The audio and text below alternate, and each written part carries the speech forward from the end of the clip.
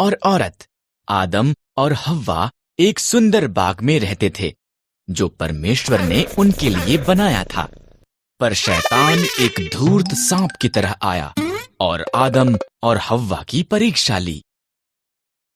क्या परमेश्वर ने तुमको सही में कहा, इन पेड़ों के फलों को मत खाओ? सांप ने हव्वा से पूछा। केवल बीज वाले पेड़ से, हव्वा ने जवाब दिया। अगर हम इससे फल खाएं तो हम मर जाएंगे। तुम नहीं मरोगे, सांप ने कहा। यहां पर एक कारण है कि क्यों परमेश्वर नहीं चाहते कि तुम इस पेड़ से खाओ। अगर तुम खाओगे तो तुम उसके जैसे बन जाओगे। जो वो जानता है तुम भी जानोगे। हव्वा ने फल खा लिया। उसने कुछ आदम को भी दिया जो उसके साथ था। उसने भी इसे खाया और एकदम से उन्होंने वो जाना जो उन्होंने पहले कभी नहीं जाना था।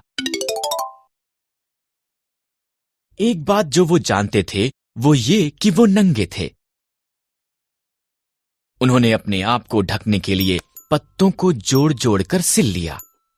उन्होंने पहले कभी भी डर और शर्म को महसूस नहीं किया था, इसलिए वो जानते थे कि कुछ गलत हुआ है। आदम, हव्वा, परमेश्वर ने आवाज दी। हम छिप रहे हैं, आदम ने कहा। हम नंगे हैं। तुम इसलिए ये जानते हो क्योंकि तुमने उस पेड़ से खा लिया है। परमेश्वर ने गहरी सांस ली। तब आदम ने हव्वा को दोष दिया और हव्वा ने सांप को दोष दिया।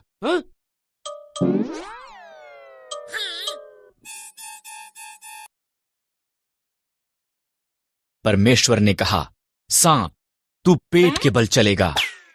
एक स्त्री का पुत्र तुझे हराएगा। हव्वा, संतान पैदा करना कठिन होगा। आदम, अन्न उगाना मुश्किल होगा।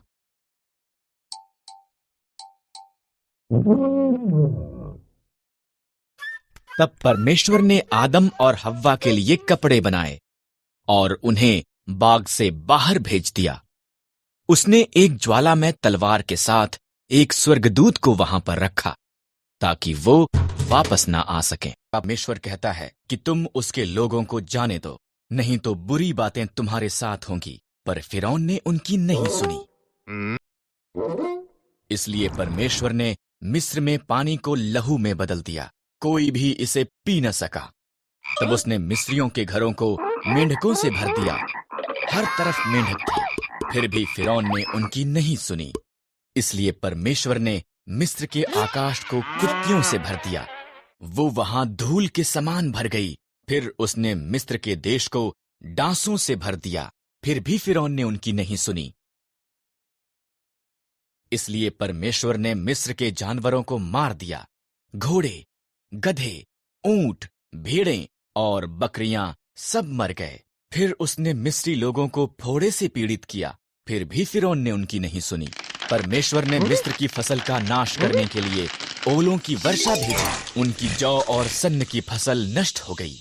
तब उसने बचे हुए फल को खाने के लिए टिड्डियां भेजीं, फिर भी फिरौन ने उनकी नहीं सुनी। इसलिए परमेश्वर ने देश में अंधकार भेजा, फिर भी फिरौन ने उनकी नहीं सुनी। परमेश्वर ने कहा, मैं मिस्र में प्रत्येक पहिलौठों को मार दूंगा और सभी पशुओं के पहिलौठों को भी।